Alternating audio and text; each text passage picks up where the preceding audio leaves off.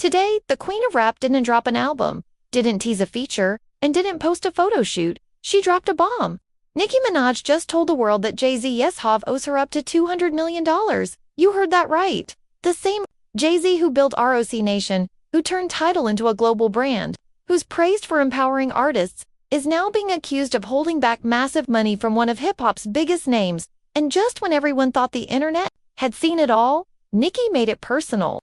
In a bold move that shook Twitter, shook fans, and now has the entire music industry talking, she's asking for what she says she's owed. This isn't just a controversy, it's a firestorm, and it's unfolding in real time. Welcome to another chapter of Viral Spotlight, where we bring you the real stories that others won't touch. And today, we're going deep into one of the most unexpected high-stakes feuds the culture's seen in years. Let's rewind the clock to 2015. JayZ had a new mission: to create a streaming platform for the artists, by the artists. That platform was TIDAL. The pitch: artists should own their work and the platform that distributes it. So he brought in an elite group of musicians: Kanye West, Beyonce, Rihanna, Alicia Keys, Madonna, and, of course, Nicki Minaj. Each was promised a 3% stake. The deal was historic. This was supposed to be the platform that gave power back to the creators. That ended the era of being robbed by major labels and faceless corporations.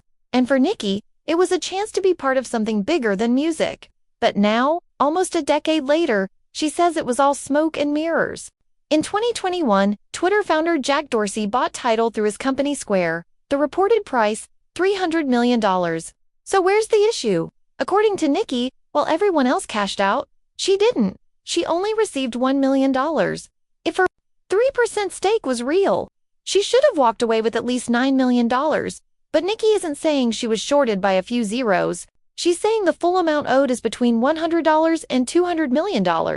And here's where things get intense. She's not whispering this behind the scenes. She posted it publicly for everyone to see. On July 8, 2025, Nicki tweeted directly at JayZ. The tweet read, "We've calculated about $102,200 so far.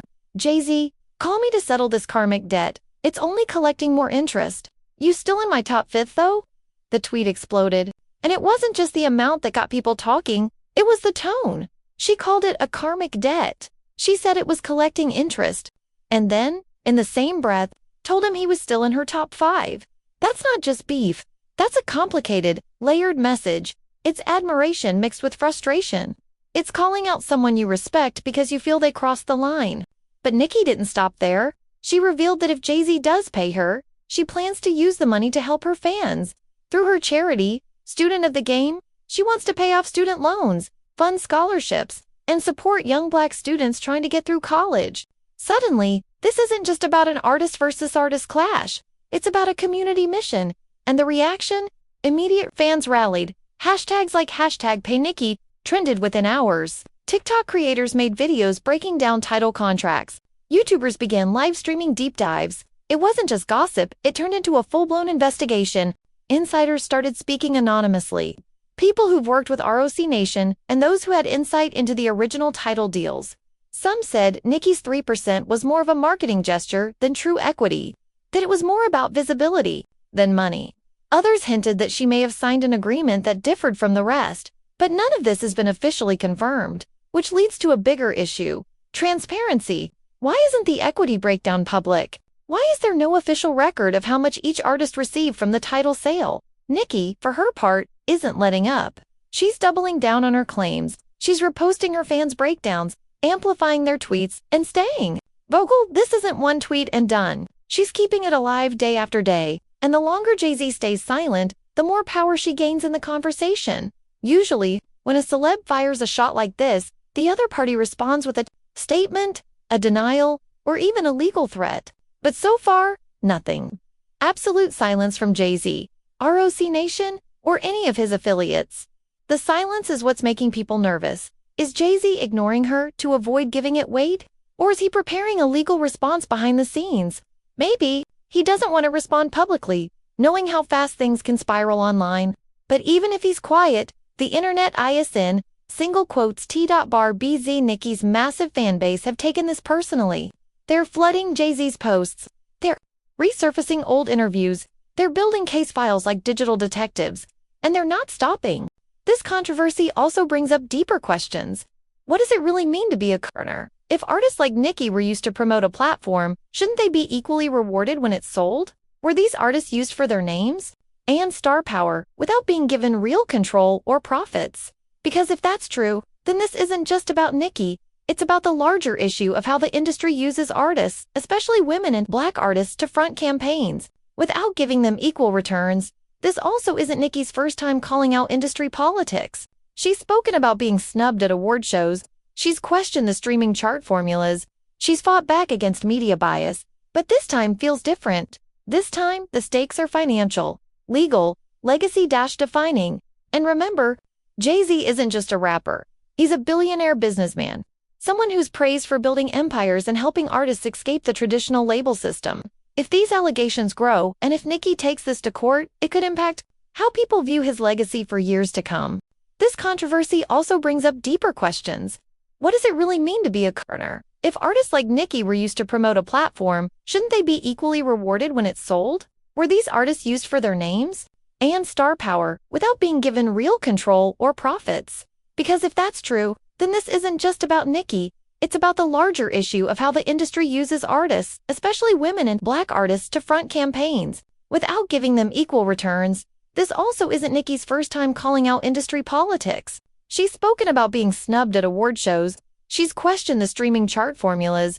She's fought back against media bias. But this time feels different. This time, the stakes are financial, legal, legacy-defining. And remember, JayZ isn't just a rapper. He's a billionaire businessman.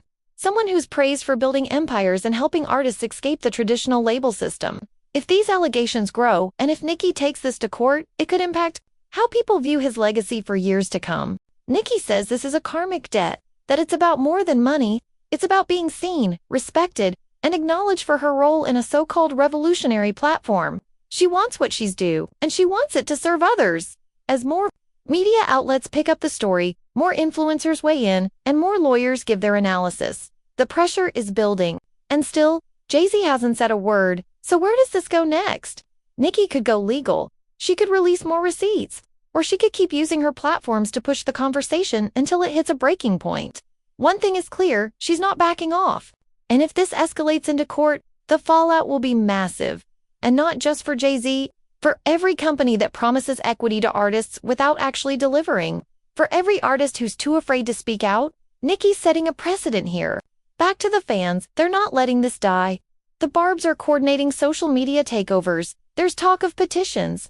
Some are calling for a boycott of TIDAL, even though it's no longer owned by JayZ, and the media is watching. Meanwhile, people are going back to old JayZ lyrics, analyzing past interviews, looking for anything that might hint at how he views ownership and power. As it stands, the culture is split. Some believe Nicki, they trust her numbers, her emotion, and her purpose. Others think this might be a misunderstanding or a PR move for her charity. But no one is ignoring it. Because it's Nicki, and because the number is too big to ignore. Will JayZ speak? Will we see leaked documents? Or will this remain a social media mystery that becomes legend? One thing's for sure. If Nicki has more to say, people will listen. This isn't just about $200 million. It's about principle. And whether or not you believe the full amount, Nicki has made one thing clear. She's done being silent. She's done playing it safe. And she's not afraid to come for the biggest name in the business. So as this story unfolds, we'll be here, tracking every tweet, every headline, every shift. Drop your thoughts in the comments below. Do you think Nicki's claim is real? Should JayZ respond publicly? Is this the beginning of a bigger artist uprising? Hit like, hit subscribe, and stay tuned, because here on Viral Spotlight, we follow the truth, no matter where it leads. And this truth, it's just getting started.